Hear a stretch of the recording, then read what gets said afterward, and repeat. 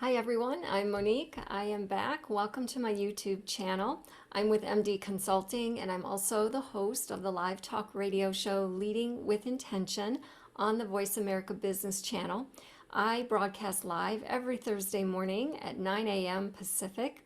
So please tune in so that you can hear lots of great tips, strategies, and hear tools and things that you can do for your leadership skills so that you can become a better leader. There are 7 behaviors that can negatively affect your leadership, and I want to talk to you about those today.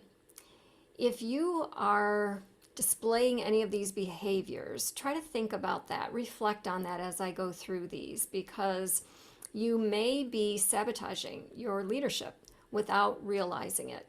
So think through this as I go through these, see if you can pinpoint any of these 7 that you might be doing. The first one is black and white thinking.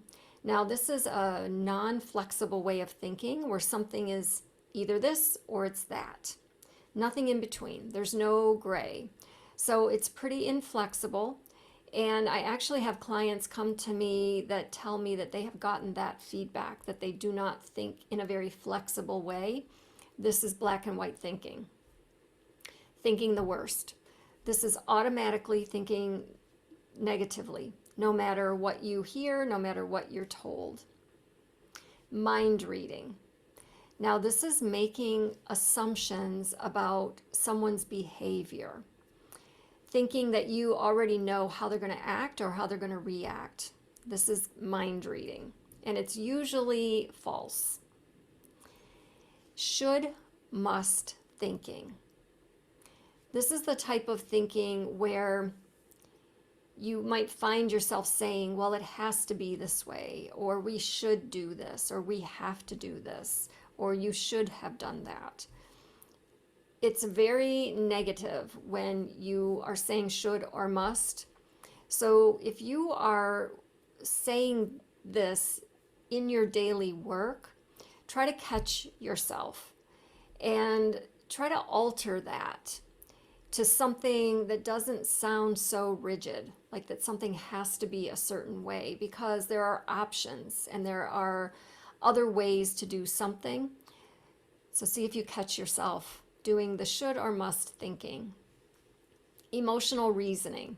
This is justifying your own behavior or the behavior of others.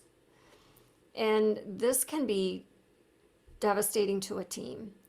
An example would be if you have a direct report that is not performing and you continue to justify their behavior and make excuses for them instead of giving them that feedback or instead of taking corrective action. That is emotional reasoning or justifying. Filtering.